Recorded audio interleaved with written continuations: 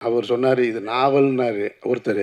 எனக்கு முதல்ல நாவலுக்கும் இதுக்கும் உள்ள டிஃப்ரென்ஸே தெரியாது. அது ஏதோ இது சிறுகதையா தொடர் கதையா இதெல்லாம் நமக்கு அது சுத்தமாக அந்த ஏரியாவே இல்லை. நான் சரி என்னுடைய மனைவி வந்து என்கிட்ட ஏதாவது கேட்டிருக்காளா அப்படின்னா அவள் ஒன்றே ஒன்று தான் கேட்டிருக்கா. எந்த நடிகரை நான் இது வரைக்கும் பார்க்கணும்னு சொல்லி என்கிட்ட கேட்டதே இல்லை. அவர் கமலஹாசனை பார்க்கணும், ரஜினிகாந்தை பார்க்கணும், அன்றைக்கி உச்சத்தில் இருந்த அல்லது விஜய் சார் பார்க்கணும், அஜித் சார் பார்க்கணும் அப்படிலாம் சொன்னதில்லை. படம் பருத்தி வீரன் எடுத்துகிட்டு இருக்கும்போது அவள் ஒரு நாள் கேட்குறா, எனக்கு ஒரே ஒரு நாள் சிவகுமார் சாரை பார்க்க கூப்பிட்டு போகிறீங்களா நீங்கள் அப்படின்னு. எனக்கு ரொம்ப நெருக்கமான ஒரு உறவு அவர். அவள் கேட்ட உடனே எதுக்கிட்டே அவரை பார்த்து என்ன பண்ண போகிறேன்னு, இல்லை இல்லை சும்மா சிவகுமார் சார் மட்டும் என்னைக்காவது பார்க்கலான் இருக்கு, ஒரு நாள் கூட்டிகிட்டு போங்க அப்படின்னு. நான் என்ன நினைக்கிறேன்னா, சரி படம் முடிஞ்ச உடனே கூட்டிகிட்டு போவோம் அப்படின்னு நினச்சிட்டு படம் முடிகிற வரைக்கும் காத்திருந்தா மேடைகள்லையே மிக கடினமான மேடை என்னென்னா, எனக்கு என்னுடைய வாழ்க்கையில் ஒரு தலைப்பை கொடுத்து அந்த தலைப்பில் பேசுவது. அதில் நான் வந்து ஒரு தேர்ந்தெடுத்த ஒரு ஆள் கிடையாது. அப்படியே பொதுவான ஒரு விஷயங்களை பேசிட்டு போகிறதுல தான் எனக்கு பழக்கப்பட்டது. ரெண்டாவது, இந்த மாதிரியான இலக்கிய அல்லது எழுத்தாளர்கள் நிகழ்ந்து உட்கார்ந்துருக்கிற மேடை, அது ரொம்ப ஒரு கடினமான ஒரு மேடை. அதனால தான் சுப்பிரமணிய சிவா என்னை பக்கத்தில் உட்காந்து கிண்டல் அடிச்சுக்கிட்டே இருக்கார், நீங்கள் என்ன சொல்ல போகிறீங்க என்ன சொல்ல போகிறீங்கன்னு. அதுக்கு காரணம் படிப்பின் மீது எனக்கு சிறு வயதிலிருந்தே நான் பல மேடைகளில் சொல்லியிருக்கேன். தாரே ஜமீன் படத்தில் வர்ற அந்த சிறுவனுடைய இன்னொரு வெர்ஷன் தான் நான். அந்த புத்தகத்தை பார்க்கும்போதே நமக்கு ஒரு பதட்டம் வரும். பள்ளிக்கூடம் திங்கக்கிழமை காலையில் வந்துட்டாலே காய்ச்சல் வந்துடும். சனி ஞாயிறு இருக்கும்போது இருக்கிற சந்தோஷம் திங்கக்கிழமை காலையில் பிறந்துட்டாலே நான்லாம் பல வேலைகள் பார்த்துருக்கேன் பள்ளிக்கூடத்துக்கு போகாமல் இருக்கிறதுக்கு. எங்கள் வீட்டில் ஒரு கிளாக் இருக்கும். அப்போல்லாம் இலங்கை வானொலி இருக்கும். அதில் தான் டைம் இருக்கும். அந்த டயத்தை கனெக்ட் பண்ணி தான் ஒரு பக்கம் பாட்டு ஓடிக்கிட்டு இருக்கோம். நாங்கள் 6 பேர் உள்ள குடும்பத்தில் எங்கள் அம்மா ஒரு பக்கம் எல்லோரையும் கிளப்பி விட்டுக்கிட்டே இருப்பாங்க ஸ்கூலுக்கு. இந்த ஒரு கட்டத்தில் 10 மணியோட பாடல் முடிஞ்சிடும். அப்போ அதோடு நின்றோம். அதுக்கப்புறமா வேறு இதுக்கு போயிடுவேன். 10 மணி வரைக்கும் பாட்டு ஓடிக்கிட்டு இருக்கும். எனக்கு வந்து வீட்டிலேருந்து கொஞ்சம் தூரம் அப்படி போனோடனே ஒரு 200 மீட்ரு ஆமாம் அவ்வளோதான் ஒரு ஸ்கூல். அங்கே தான் படிச்சுட்டு இருந்தேன். நான் என்ன செய்வேன்னா, ஒரு கிளாக் இருக்கும். எங்கள் அம்மா கிச்சனில் வேலை செய்யும்போது நான் வேகமாக ஓடி போய் அந்த கிளாக்கில் இருந்து 10:09:55 இருந்துச்சுன்னு சொன்னால் அதை அப்படியே 10:10க்கு நகட்டி முள்ளை நகட்டிட்டு இறங்கிடுவேன். நான் 5 நிமிஷத்தில் போயிடலாம் நான் ஸ்கூலுக்கு. 10:10க்கு போய்ட்டு அப்படியே பாத்ரூம்குள்ளே போய்ட்டு அப்படி இப்படியே சுற்றிட்டு வருவேன். அது ஒரு 10:20க்கு வந்திருக்கும். அப்படியே நானாக ஒரு ஷாக்கிங் ஆவேன். நானே அந்த கிளாக்கை பார்த்துட்டு ஐயோன்னு ஒரு சவுண்டு ஒன்று கொடுப்பேன். எங்கள் அம்மா அப்படி பார்ப்பேன், என்னன்னு, ஐயோ 10:20 ஆச்சு, இன்னைக்கு காலையில் 9:50க்குலாம் வர சொன்னாங்க, இப்போ போனால் வந்து ஆப்ஷன் போட்டிருப்பாங்களே அப்படின்னு. அப்படி எங்கள் அம்மா மேலே எங்களையும் பார்ப்பாங்க.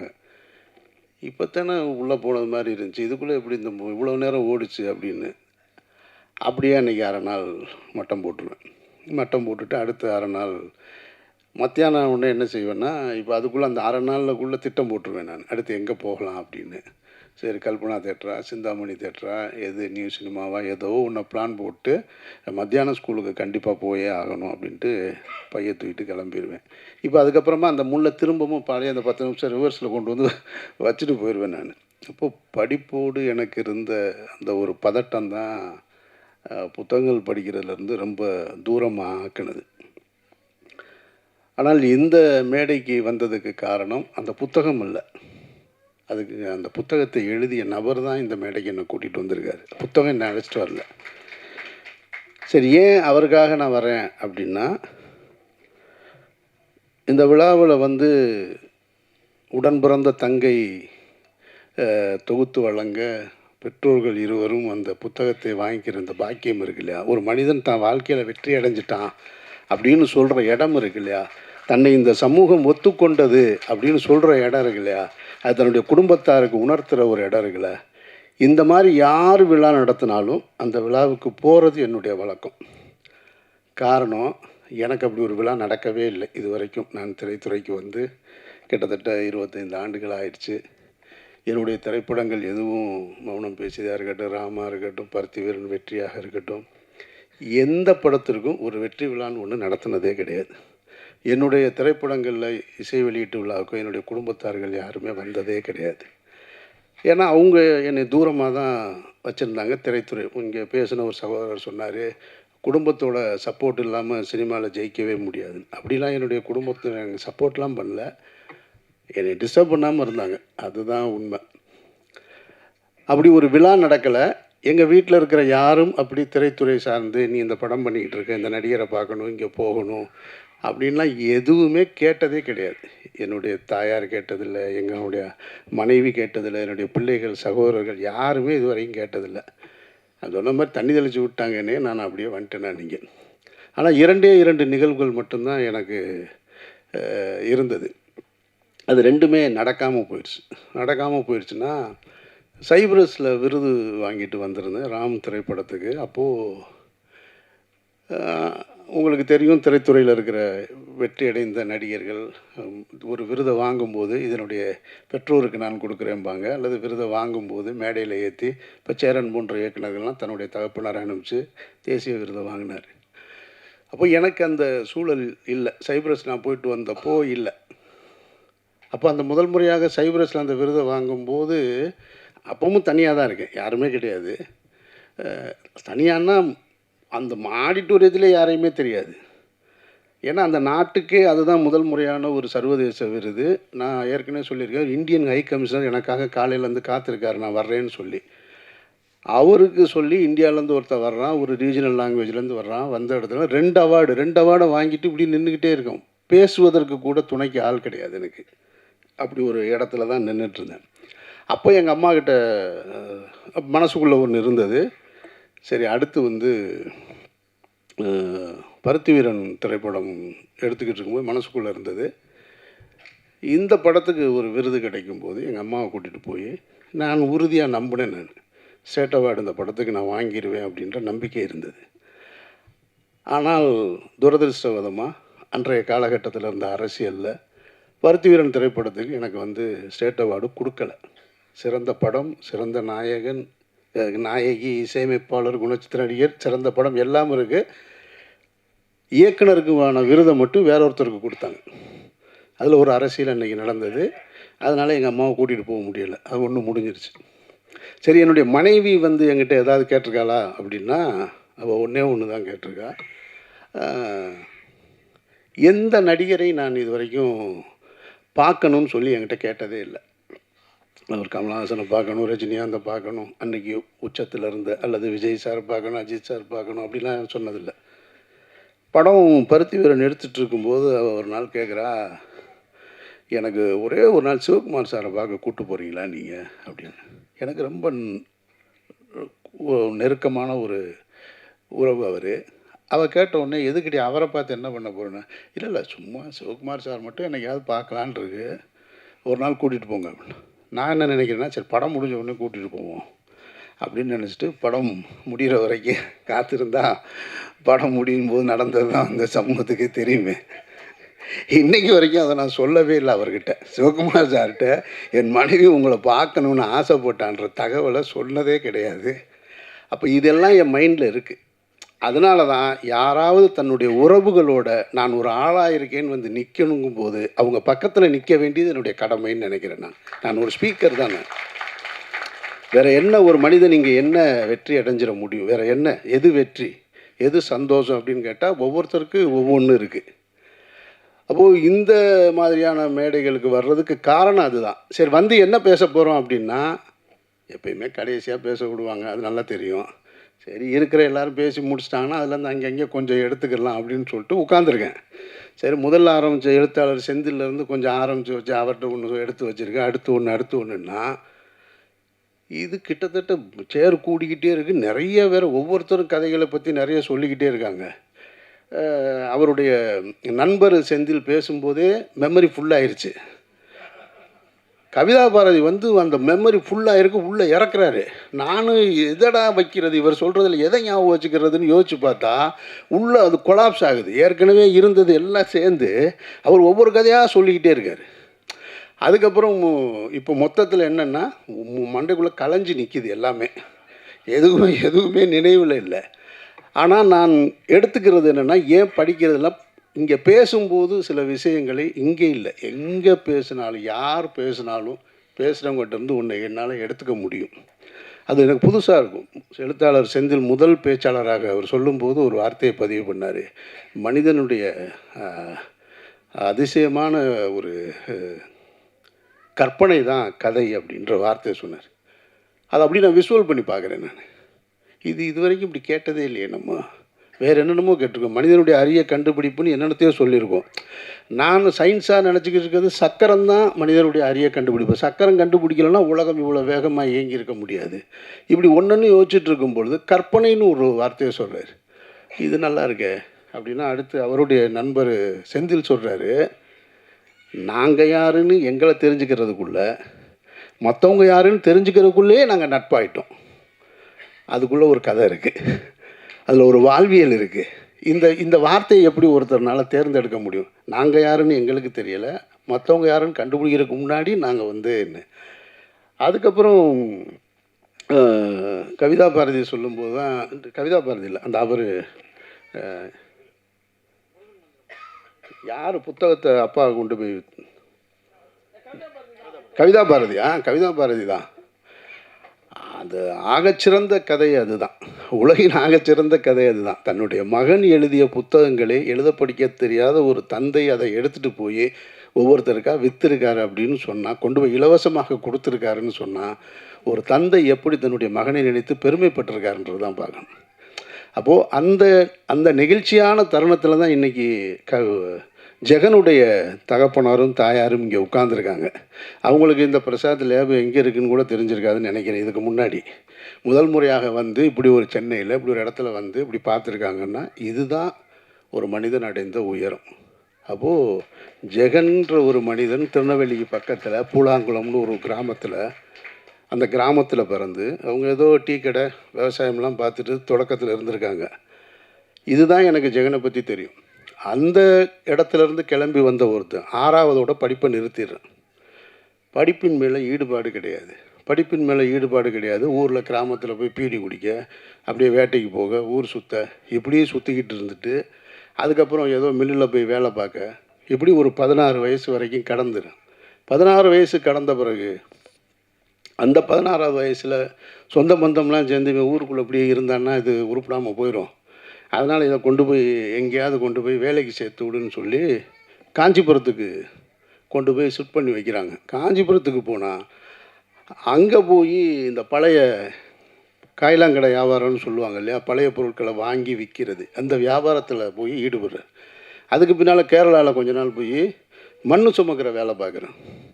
மண் சுமந்துட்டு வர்ற வேலை பார்த்துட்டு வரேன். திருப்பி திருச்சியில் போய் பாத்திர வியாபாரம் பார்க்குறாரு, தெருவாக போய்.